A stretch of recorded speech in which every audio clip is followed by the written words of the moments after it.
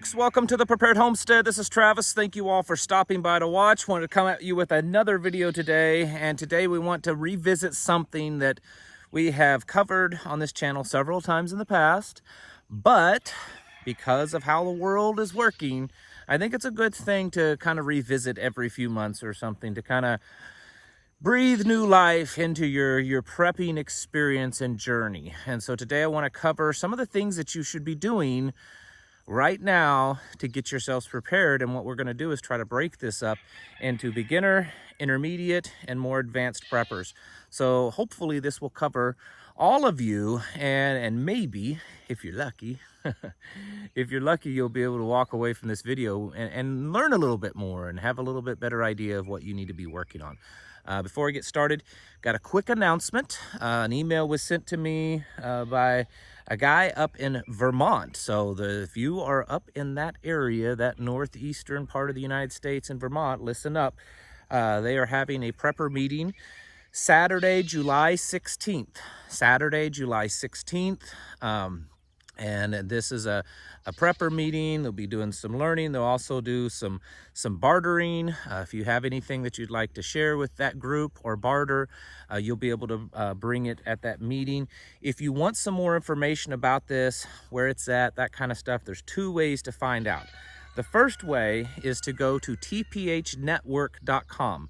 That's tphnetwork.com. That is a site that I have created for preppers and for homesteaders, and it functions very similar to, say, Facebook, but it's a completely standalone site. There's about 5,500 people over there, and just a lot of great information being shared. But this event is posted on there, so if you go over there and you sign up, there's an events tab. And anyone that has a meeting or some type of event, prepper, homestead related, they can post that event there. And so that's one way to find out more about this event up in Vermont. And let me pull my information out, because I don't think I told you. It's in West Rutland, Vermont. The other way, I'll leave an email down here below. And that's the guy that's putting this event on, and you can email him and ask him for details, where it's at, you know, all that kind of stuff. But West Rutland, Vermont, July 16th, and that's the date of the prepper meeting that they're having up there. If you're in that area, please attend, because this is good. This is good to get out there and meet others like you, so in your area. And that's why I encourage you, if you're having some kind of prepper homesteading meeting and you would like the public to know about it, shoot me an email and I'll do my very best to get that information out on one of my videos. All right, so we're going to talk about what you should be doing, because things are advancing, things are picking up speed, things are changing. It's becoming a little bit more difficult to prep because of the price. I mean, things are just becoming more expensive. $100 doesn't buy as much food to prep as $100 did 2 or 3 years ago. It doesn't buy as much equipment. We're busy. We're busy people, and many of you are starting to feel the pressure on getting yourselves ready. And I'll be honest with you, I can't get on here and kind of, you know, make you feel good all the time. The reality is that because things are advancing the way that they are, and inflation is up and all this other stuff, if you're just starting out, or if you have started out very recently, you're at a disadvantage, okay? I don't want to sugarcoat it too much. You're at a disadvantage because you're paying a lot more for stuff. You know, the rice that I have in buckets, I paid a lot less for it than what you're going to pay now. The canned tomatoes or the pasta or whatever it is that I have, I paid a lot less for it because I bought it, you know, a few years ago, a lot of it. So there's just that factor. And then also things are just a little bit harder to come by in certain areas, especially when you get more into the parts and, you know, for equipment and things like that. But just because you're at a little bit of a disadvantage does not mean you can't do it. Doesn't mean that it's too late. You can certainly get prepared. You may not be as prepared as the advanced preppers, but you can certainly get prepared. So let's get into some ideas and some suggestions, and hopefully along the way, you'll kind of, you know, things will kind of click in your head and you're like, oh, that's a good idea. So for the beginner, Remember, your main focus is, and this is for you folks that you're just starting today or you've just started recently, and maybe you haven't even really started prepping, but you've got the mindset working. You've convinced yourself, you've realized that I got to get going on this, or maybe you just have a little bit. Focus on your food and your water and your first aid stuff. That's your three big things that I would focus on. It's not the only thing you need to do, but those are your big things. When it comes to food, your initial focus should be on the cheap stuff, the stuff that you can stock up real fast on. That way, let's just say something happens next week or later on this week, and it got really bad really fast, at least you have that stuff put away. Because even now with the price increase and everything, you know, if you took $100 to go buy some oatmeal and say pasta, $100 will buy a lot of oatmeal and pasta right now. So you can stock up real fast on that kind of stuff. Certainly you want to be able to store it properly. You know, plastic food grade buckets, putting it in Mylar, or at least putting freezing a lot of this stuff, because a lot of the dry goods, especially your grains like your rice and your beans and flour, it potentially has little meal bug eggs in it. And if you keep it too long, they'll hatch out and you'll have, you know, wormy food. So you either want to vacuum seal it so that it's, you know, kills them, they have no oxygen, or you want to freeze the stuff. That's where you should start in that. And then also your canned goods. Canned goods are still a much cheaper way to store food for a longer term. Your average canned vegetable should last you at least 3 years. At least 3 years to 4 years, sometimes 5. It all depends. I know there's going to be people that say, I opened a can of tomatoes that was 15 years old and it was just fine. I know. I'm talking general averages. Canned meat generally lasts longer than canned vegetables. Also, canned fruit lasts longer than canned vegetables. But certainly that's another one to stock up on. Remember other things like your spices, your salt. You don't want to just be eating bland rice and beans all the time. This is stuff that you're stocking up on, and it's not just in case everything collapses and there's no food available. You're also stocking up so that you have a supply of food that you paid a lot less for than what you'll pay for it probably a year or so from now. Make this a working pantry, which means that you're eating out of it. This isn't food that you're just stocking away and you're never going to touch it until it's spoiled. You need to be eating out of it on a regular basis. Rotate that stuff. When you buy new stuff, put it to the back and the oldest stuff to the front, and that's what you need to eat out of.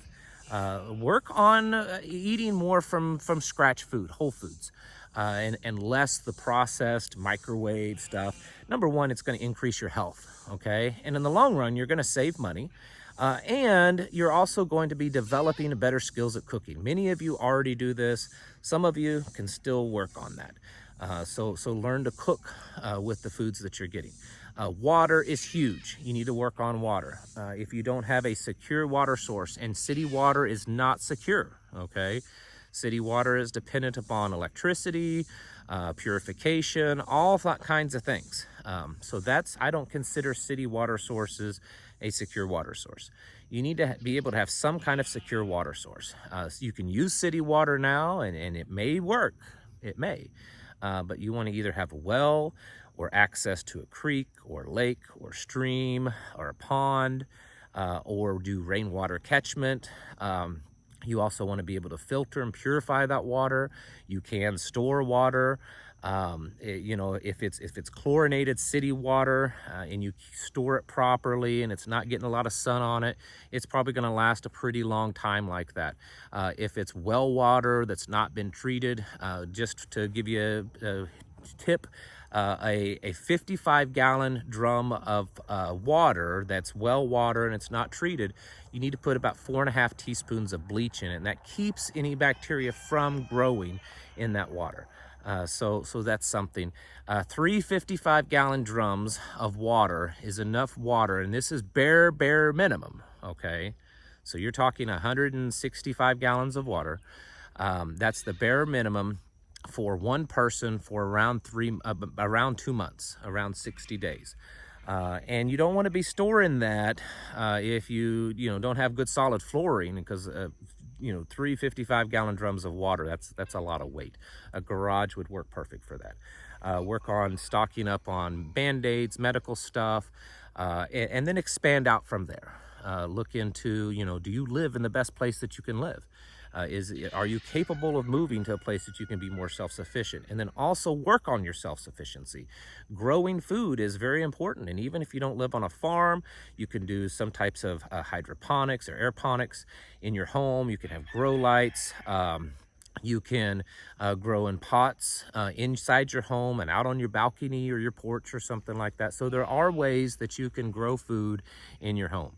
Your intermediate preppers, you should be working good on getting your preps down. Your food preps should, be in a place that it's not where you want them, but if something bad happened, you'd certainly be able to make do.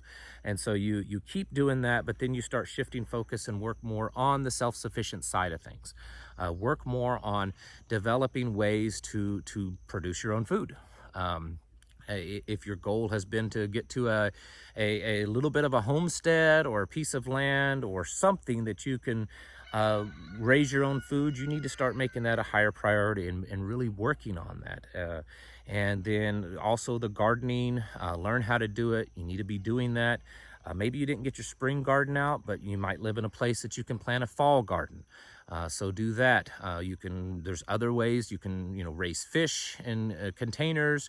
I know people that buy those above ground pools, and they'll buy fish, fish fry in the spring, and by the fall when when it's starting to get cold, they're big enough to eat, and they put them up, freeze them. There's different ways you can do that. Chickens, there's smaller animals, rabbits and goats and sheep, quail. There's all kinds of smaller animals that you can, produce a lot of food on not a lot of land. So you need to be focusing on that in the intermediate level, the self-sufficiency. You also need to be starting to put some serious focus on your security. What are your plans for securing your property, for protecting it, and then also community. Community is another big one that on that intermediate level, and you can do that on any level, but I'm just saying, if that's where you're at now, really start focusing on the community aspect of prepping, trying to meet other people. That tphnetwork.com, I don't get anything out of that. There's no money being made there. So don't think I'm promoting it for that reason. But to be honest with you, it is a good source to meet other people. There's 5,500 people on there, and it's growing every day. I'm approving new members every day to that. And that's where a lot of people are starting to meet up and form groups and have meetings and stuff.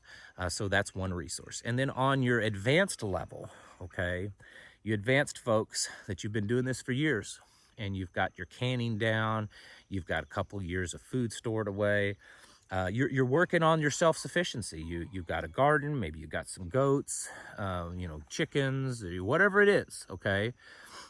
You need to be working on your skills.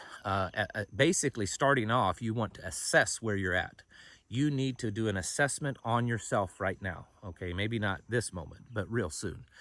You want to figure out where's the holes in your preps. Is your food as good as you think it is? Do an inventory on that. Look at other things, parts, tools, parts to the tools that you're using. What are the things that you can put away?